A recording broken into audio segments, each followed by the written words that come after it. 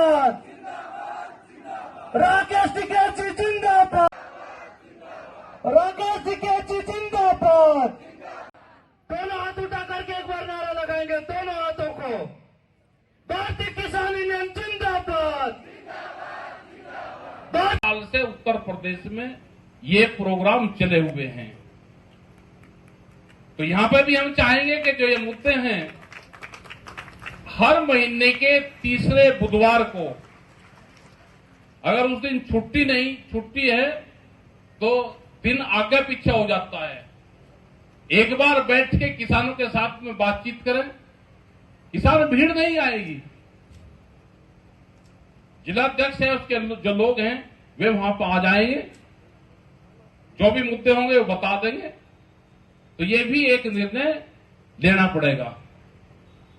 तो सभी का धन्यवाद भाई, बैठे रहें आप। जो भी यहाँ के लोग होंगे, जो इंटेलिजेंस के लोग होंगे, वे बता दो कि डीएम साहब यहाँ पे आ रहे या हम चलने की तैयारी कर रहे हैं।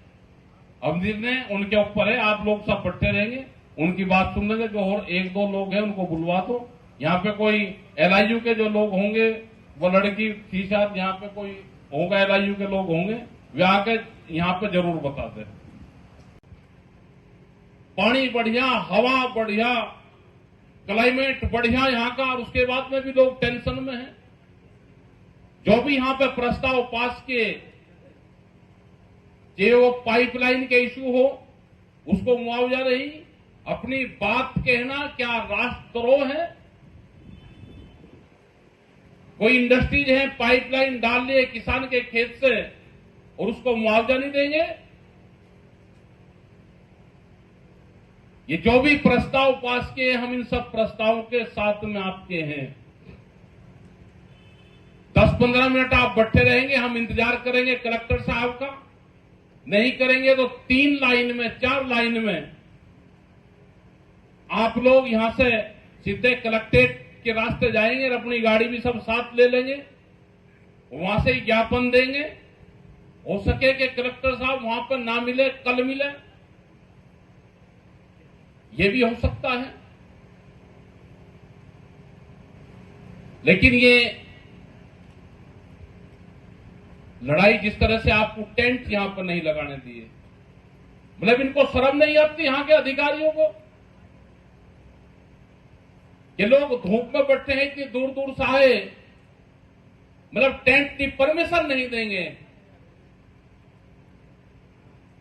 यही तो विचारधारा की लड़ाई है, यही विचार है कि धूप में बैठे हैं आपके स्टेट के, आपके जिले के लोग, और धूप में बैठे हैं, उन्हें परमिशन नहीं देंगे, ना टेंट लगाने की परमिशन देंगे, न किसी चीज की परमिशन देंगे। धूप में बैठेंगे, ये किसान है, ये तो धूप में भी बैठेगा, ये बारिश में भी बैठेगा, ये पैदल चल के भी आएगा। आप इसका जितना दबाने का काम करोगे, हमको भी पता है, पुलिस फोर्स सामने गेट पे आप रोकने का काम करोगे, क्योंकि कलेक्टर तो आएगा नहीं। आप यहां पर रोकने का काम करोगे, हम चलने का काम करेंगे। आप फिर कहना जी वहां पे वो, या उनका आपके पास में टाइम है, आप उनको बुला लो, यहां पे ज्ञापन दे दो, नहीं तो हम लोग यहां से चलेंगे यहां से। और हम आज के बाद में कोई परमिशन लेने की जरूरत नहीं है। जब भी आपका दिन टाइम ठीक हो, आप अपनी मीटिंगें करो, परमिशन आपको कोई नहीं देगा। मीटिंग करने के लिए कोई परमिशन देगा?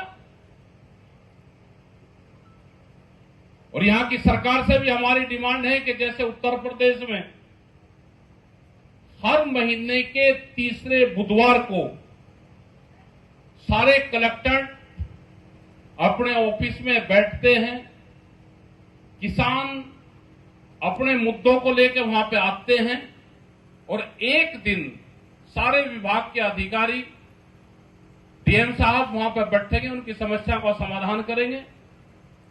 अगले दिन जब अगली बार आएंगे तो बताएंगे कि ये समाधान किए, इसका नहीं हुआ।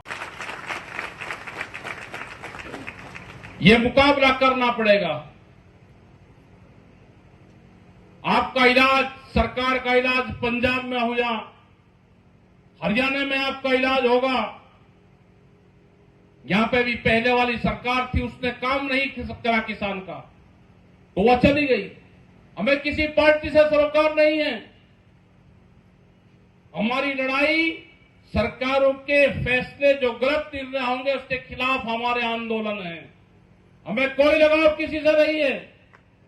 हम जानते हैं कि देश का किसान, मजदूर, आदिवासी ये आंदोलन से बचेगा, किसी पॉलिटिकल पार्टी के साए से नहीं बच सकता।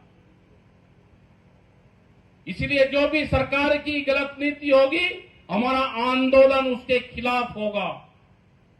वो पार्टी कोई भी है, आज कोई है, कल कोई है, लेकिन जो आज की पार्टी है, जो आज की सरकार है, जिसको हम बीजेपी की सरकार कहते हैं, जिसको मोदी की सरकार कहते हैं, वो उस पार्टी की सरकार नहीं है। गलतफहमी में मत रहना।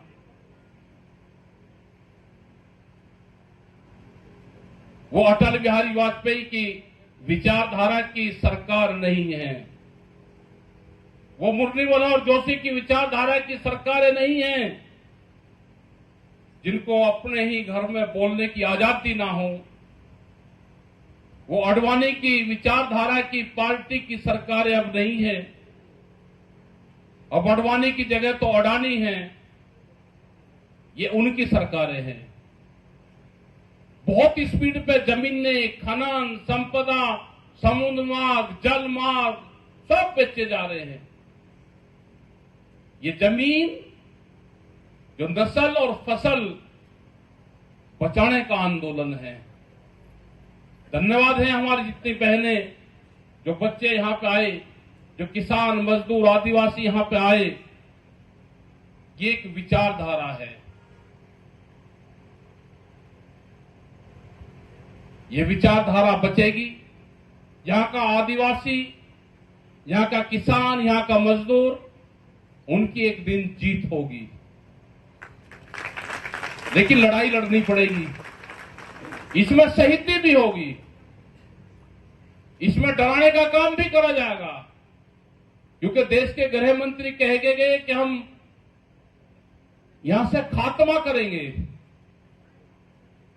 आप उसके नाम पे आदिवासियों को मारने का काम करोगे? आप विचारधारा को खत्म करो। विचारधारा को, ये विचारधारा क्यों पनप रही है? आप इनके जंगल काटोगे, इनकी जमीन छीनोगे, इनको रोजगार नहीं दोगे, इनको स्वास्थ्य केंद्र नहीं दोगे। आप स्कूल बनाओ, इनको रोजगार दो, इनके स्वास्थ्य, आप देखो क्या हाल है स्वास्थ्य का। ये भी भारत के निवासी है, हम भी भारत के निवासी है। पंचायतें कलेक्ट्रेट के अंदर होगी। अंदर कोई परमिशन की जरूरत नहीं है। ये यहां के अधिकारी, यहां की सरकार कान खोल कर सुन ले। किसान पंचायत की परमिशन नहीं लेता। किसान आगाह करता है कि हम इस दिन आएंगे, हमको कौन पंचायत की परमिशन देगा? किसानों को आप जंगलों में मारते हो, माओवाद और नक्सलवाद के नाम पे। किसान आवाज उठाता है तो उसको नक्सलवाद कह के उसकी हत्या करते हो आप यहां के आदिवासी को मार सकते हो, इसकी विचारधारा को नहीं मार सकते। ये विचारधारा की लड़ाई है। ये अपनी जमीन बचाने के लिए आंदोलन कर रहे हैं। ये शहीद भी होंगे। आप इनको ग्रुपों के नाम पे मारोगे तो ये मरेंगे भी, लेकिन ये अपनी जमीन नहीं देंगे। जिस तरह से हसदेव के जंगल काटे गए, हमने जहां जहां पे भी मीटिंग हुई वो बात सब जगह रखी। हजारों साल पुराने जंगल हसदेव के काटे जा रहे हैं। यहां का आदिवासी मुख्यमंत्री बनाया, जंगलों को काटने के लिए बनाया। आदिवासी लोग सबसे ज्यादा प्यार जंगलों से करते हैं। वे हरिदेव की पूजा करते हैं। वे जंगलों में रहना जानते हैं। यहां की सरकार उनके जो खनन संपदा है व्यापारियों के हाथों उसको बेचना चाहती है, आपको भूमिहीन करना चाहती है। लेकिन हम धन्यवाद देना चाहते हैं कि आप इतनी बड़ी संख्या में यहां फिर भी आते हो, बंदूकों के साए में आप लोग आते हो, तो धन्यवाद देना चाहते हैं आपको। आप लाइन वन चलना चाहते हो। अभी भी आपने मार्च निकालना तो 3-3 लाइन थी आपके पास में। यहां पे भी एलआई और इंटेलिजेंस के लोग होंगे, कलेक्टर साहब को या तो यहां पे भेज दो, नहीं तो ये मार्च निकलेगा। ये जो बैरिकेटिंग है, ये बैरिकेटिंग टूटेंगे आज इस छत्तीसगढ़ की जमीन पे।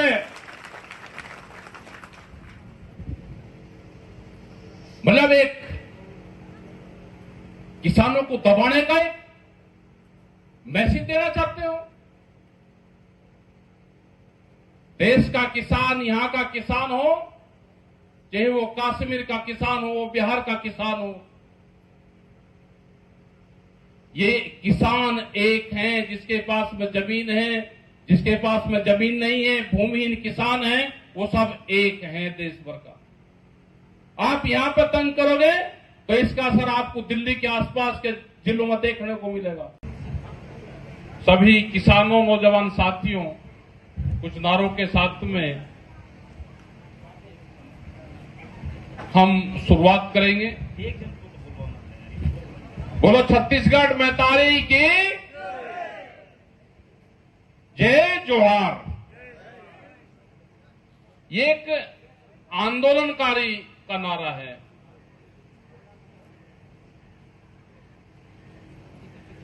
यहां पे कई बार हमको आने का मौका मिला छत्तीसगढ़ में।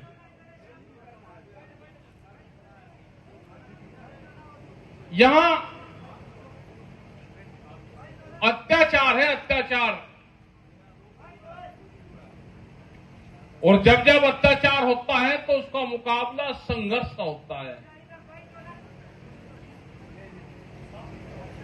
यहां जब लोग आप जंगलों में रहते हो तो आपके साथ में क्या व्यवहार होता होगा। जिस तरह की ये सरकार है,